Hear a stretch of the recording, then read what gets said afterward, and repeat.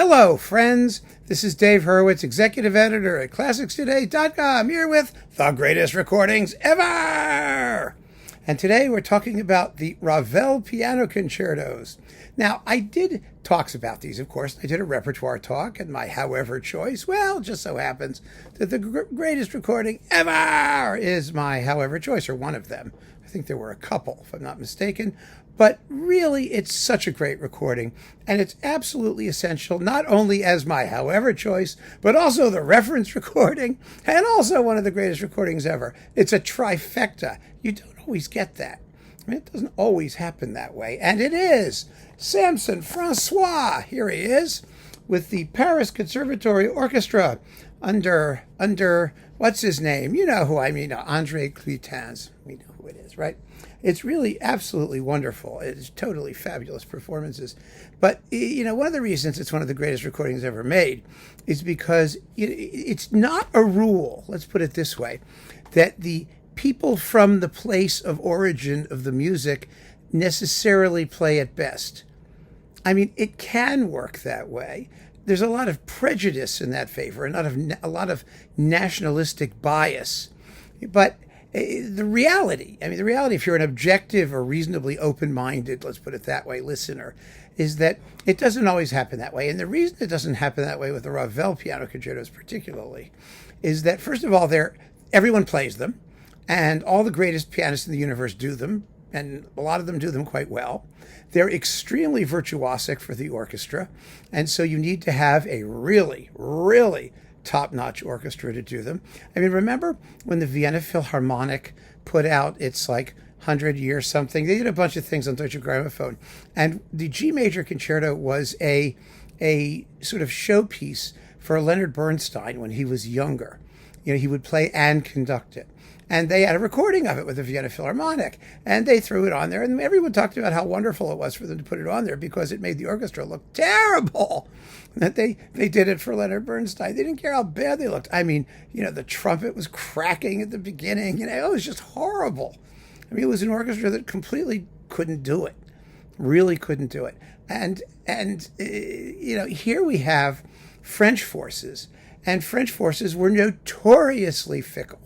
Not Samson François. Samson François was a wonderful pianist, although he was also variable, but he was particularly great in Ravel. It seemed to be something that really struck a chord with him. And he managed to combine spontaneity with utter naturalness and effortless virtuosity in that music in a way which is really, really memorable. So he was fine. But what we have here is the Paris Conservatory Orchestra. Now, I love the Paris Conservatory Orchestra, but as is often the case, you know, Herbert von Karajan was not at his best in German music, and the Paris Conservatory Orchestra was at its best in German music. It was founded, you know, in 1820-something by Habeneck, François Joseph Habeneck, whatever his name was, the conductor, to play Beethoven. That is what they did. They are the single most interesting remnant of the true tradition of Beethoven performance, or at least they were. They don't exist anymore, but they were up until the 1960s. And so it was really rather fascinating. In French music, well, they played French music extremely well too, sometimes, when they were up for it. You know, all of these orchestras, especially, you know, in those days in Paris, you know, they were sort of self-governing and very contentious.